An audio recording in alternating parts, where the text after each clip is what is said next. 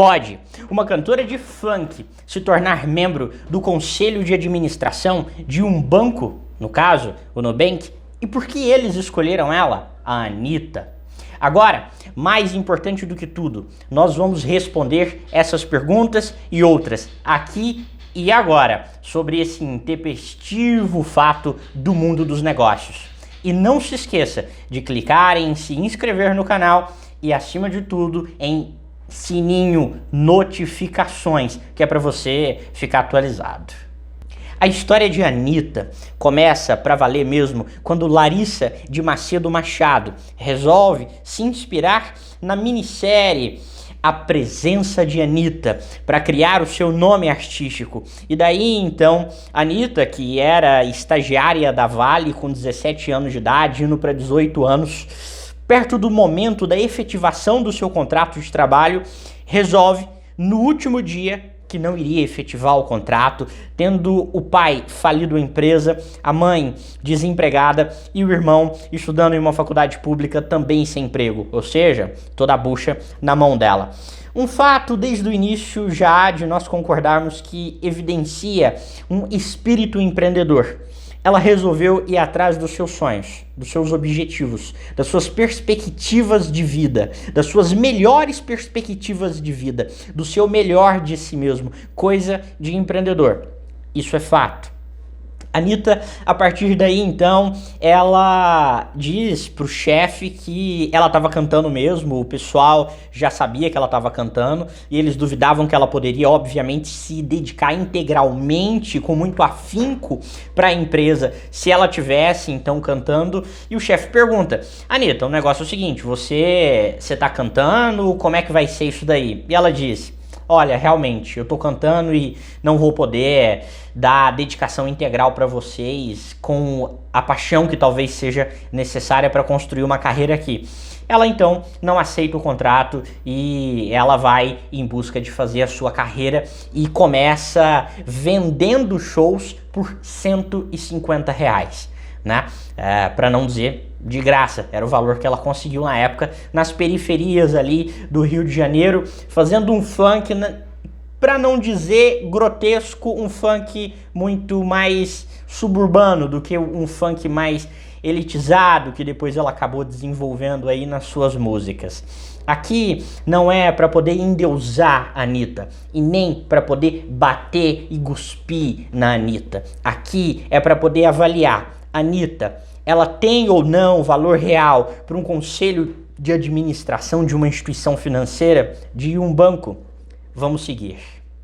Ao longo da carreira da cantora e empresária, ela mesmo diz que colocou funcionários que eram da área de estilo para trabalhar na área de coordenação de logística, o que aí já não evidencia muito uma capacidade técnica profissional de gerir um business. Ela tinha o feeling de que tal pessoa era fiel e leal a ela e ela precisava de gente fiel e leal a ela, então ela fala: bem, então já que é desse jeito, eu vou trazer essa pessoa, ela fez um puta trabalho para mim no passado, essa pessoa merece e vou ensinar ela como é que tem que ser o trabalho. Ela acha que tem que preparar todo mundo para poder trabalhar com ela, é uma coisa que ela fala nos documentários dela, nas entrevistas que ela dá, que ela tem muito mais que preparar as pessoas para trabalhar com ela do que necessariamente trazer pessoas que já estão preparadas, que já são do mercado para irem auxiliá-la. O fato é que quando você não tem um equilíbrio nisso, você acaba deixando por desejar. E uma coisa que também é conhecido, se você buscar na internet, é que a Anitta às vezes reclama muito de que pessoas deixam ela na mão e que ela tem que ir lá e resolver as coisas. Então será que isso também já não é mesmo uma evidência do resultado de não buscar ter uma gestão profissional? Não quer dizer que ela só tem que ter gente formada, ela pode ter gente que não é formada. Eu não sou formado e sou empreendedor e sou empresário. Esse não é o ponto. O ponto é que ela pelo menos tem que buscar balancear. E no fim das contas, o que ela mesmo fala sem declarar é que ela acaba não balanceando tão bem isso aí. Até um fato que me chamou muito a atenção quando ela estava conversando numa entrevista lá no Empreende Brasil, que ela disse assim, que teve um momento que ela estava numa disputa judicial gigantesca há muitos anos e ela tinha contratado vários advogados e ninguém conseguia resolver a situação e etc. Daí ela simplesmente pegou e leu o processo e sozinha, sem advogado nenhum, ela resolveu lá e resolver. Pra muita gente isso deve parecer, puta, nossa, que menina de atitude. Só que o negócio é o seguinte, você já tá em processo, você tá litigando, você não pode fazer isso. Você pode até você querer ir lá e resolver, mas com a presença do advogado. Ela foi lá e fez sozinha, sem presença de advogado nenhum. Tu pode criar um outro problema para você depois dessa mesma situação. Então a gente percebe que o feeling empreendedor dela chega até um nível. Quando se trata de tomar decisões talvez um pouco mais racionais, no sentido de buscar controlar riscos em todas as vertentes, ela acaba deixando aí por desejar. Lembrando que tudo isso que a gente fala é com base nas evidências que ela mesmo nos coloca nas entrevistas que ela dá, nas palestras que ela participa, nos artigos e matérias que lemos a respeito dela, né? Bem, seguindo aí a linha de raciocínio, uma coisa também bastante importante que me chamou muita atenção sobre o processo empreendedor dela é que ela costuma dizer, por exemplo, que ela pegou uma amiga tal que estava cuidando da área de publicidade, mas que não era do ramo. E ela trouxe essa amiga tal para poder trabalhar com ela e cuidar das redes sociais. A gente está falando de uma rede de redes sociais que tem, sei lá, dezenas de milhões de seguidores. Ela vai pegar uma amiga tal porque as empresas grandes não estavam acertando. Veja, as empresas grandes são grandes porque elas conseguem entregar resultado. Assim como a Anitta é grande porque entrega resultado. No caso, ela consegue ter uma música que vende, que as pessoas gostam, que dançam e tudo mais, e etc. Então, assim, obviamente alguma dessas empresas grandes iria funcionar para ela, assim como funciona para todo e quanto é tipo de empresa. A questão é que talvez ela não soube coordenar com uma linguagem corporativa apropriada. E aí ela resolve trazer alguém que conversa do mesmo jeito como ela conversa e ela vai direcionando e ensinando essa pessoa a fazer do jeito como ela quer. Isso também demonstra uma certa fragilidade na capacidade, né, de fazer a devida gestão de equipe para poder entregar performance de resultados em alta escala. Por que eu estou dizendo tudo isso? Porque essas são evidências. Agora vamos falar de uma outra camada de evidências. A Anitta, em uma década, ela se tornou a referência internacional do Brasil em entretenimento musical. Isso é fato. A Anitta, em uma década, acumula um patrimônio, eu acho que segundo a Forbes mesmo, de R$500 bilhão. Nesse aspecto, a gente também tem aí já duas evidências positivas. Conseguiu grande resultado financeiro em 10 anos, né, que é um período de tempo razoavelmente curto para uma pessoa sair do estágio de uma empresa e virar multimilionária e reconhecida internacionalmente como referência em uma categoria de atividade profissional, que no caso é a música. Né? Então a gente já tem duas grandes evidências aí. A terceira evidência é realmente a capacidade estratégica dela, como a ação Checkmate, que foi aquela ação, se você pesquisar na internet aí, em que ela construiu toda uma estratégia que ela colocava lá peças de xadrez espalhadas pela cidade, para chamar a atenção, e depois no final ela pegou e lançou a música. Aquilo virou um grande buzz publicitário para ela. Buzz é um termo que indica algo que tá para cima, né? Que tá performando muito bem, que tá fazendo muito barulho. Então ela criou um grande buzz publicitário, um grande buzz de marketing. Dito tudo isso e pesando tudo isso, no meu entender, a Anitta ela teve a capacidade de construir também um marketing pessoal de empresária, um marketing pessoal de empreendedora melhor e maior do que ela realmente é enquanto empresária. Ela é uma puta cantora de um puta espírito empreendedor. Isso que é importante entender.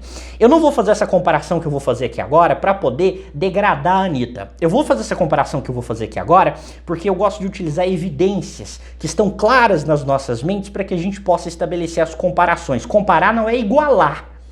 Na comparação que eu quero fazer aqui agora é o seguinte: um traficante de drogas, ele é um puta empresário?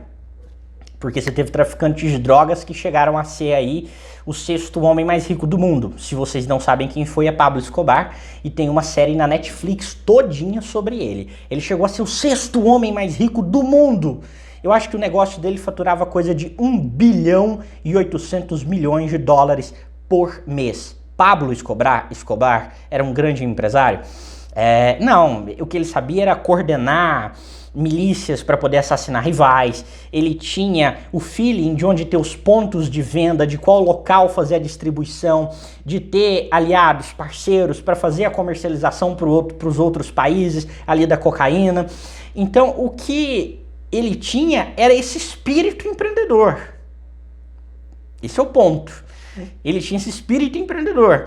Mas isso não faz dele um grande empresário, e muito menos fazeria dele alguém capaz de integrar um conselho de administração de um banco. Ah, mas Guilherme, é completamente diferente, porque você não elencou o fato aí de que a Anitta fez tudo que ela fez licitamente e o Pablo fez ilicitamente. Sim, só que o Pablo também fez vezes e vezes mais. O Pablo foi a sexta pessoa mais rica do mundo. A Anitta não é a sexta pessoa mais rica do mundo. Mas indiferente a isso, o fato também é aqui que, neste caso, nós temos uma mulher de, acho que 28 anos, 29 anos de idade, que a Anitta tem, que é uma cantora muito bem sucedida, de um espírito empreendedor muito bem sucedido, mas que, para além dessa capacidade de transmitir a mensagem musical, de criar um movimento musical, até o presente momento, não existe grandes evidências que ela tem outras capacidades do mesmo nível. Esse aqui é o ponto, porque ela vai sentar na cadeira de membro de conselho de administração de um banco. O que é um conselho de administração de um banco? Conselho de administração, ele não é só um local para conversar fiado, não, e ter nome bonito e colocar ela lá para fazer marketing. Realmente é muito sério, é muito importante, pode decidir muita coisa. O conselho de administração, ele, por exemplo, no caso da Anitta, ela vai ter uma cadeira onde ela vai estar lá como a expert em marketing de massas, que é o que ela, marketing pro povão. Ok, só que para muito além desse marketing pro povão, ela também vai ter poder de voto. Ao menos em tese, membros do conselho de administração têm poder de voto. O Nubank eu não conheço o estatuto dele, eu procurei e não achei. Então aí se o Nubank depois divulgar esse estatuto, eu conseguir achar, né, pra gente poder ver como é que funciona o conselho de administração do Nubank. Mas em regra ela tem poder de voto. Então ela vai votar e poder decidir junto com os outros questões relacionadas a recursos humanos, a decisões de gestão de produtos, enquanto membro do conselho de administração. Não enquanto gestão de produtos no sentido de gestora financeira, mas no sentido de membro de conselho de administração. Então ela vai ter uma amplitude maior do que simplesmente falar de marketing e ajudar nas questões de marketing, se ela é membro do conselho de administração. Caso contrário, ela não é membro do conselho de administração, ela é só uma embaixadora da marca, consultora do Nubank, o Nubank contratou ela como consultora de marketing de massas e deram para ela aí esse termo aí de membro do conselho de administração. Mas isso não ficou claro, o Nubank não se pronunciou